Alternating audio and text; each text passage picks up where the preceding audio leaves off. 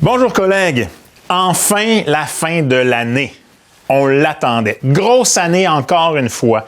Année qui a été marquée par la négociation nationale, bien entendu, mais pas que ça. On parle de pénurie de personnel, donc vos collègues, vous avez pallié à gauche et à droite à leur remplacement. Les chaleurs extrêmes que l'on vit encore à ce jour actuellement, et comme on l'avait vécu en début d'année, les épidémies de toutes sortes qu'on a vécues dans nos différents établissements. Donc effectivement, grosse année. Grosse année de mobilisation, grosse année avec une grève historique et une convention collective qui finalement signée le 9 juin dernier, après 4 mois de négociations à l'écriture des textes. Donc, on termine cette année avec quoi? Avec certaines certitudes maintenant. La certitude, première des choses, que devoir accompli, mission réussie, on a amené nos enfants, les adolescents, les jeunes, les collègues jusqu'à la fin de l'année scolaire. Bravo, chapeau pour tout le temps et le travail investi cette année.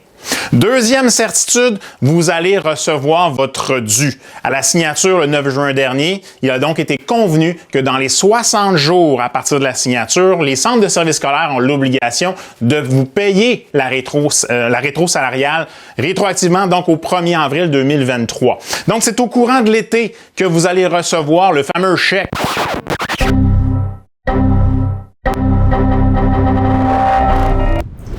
25 juin 2024. Les soubresauts de la négo n'ont pas encore dit leur dernier mot.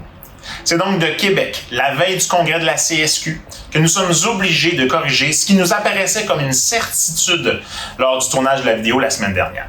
Si a priori pour le personnel de soutien scolaire, il me semble que les décisions prises et les textes signés vont être respectés pour le versement de la rétroaction salariale, il en sera autrement pour le personnel enseignant. Les explications varient d'un centre de service scolaire à l'autre sur la nature de leurs empêchements de répondre à leurs obligations. C'est donc bien évidemment inacceptable de passer par-dessus un texte dûment négocié et c'est pourquoi nous exigerons de la part des centres de service scolaire le versement des intérêts pour chacune des journées où ils auront passé outre leur obligation de paiement.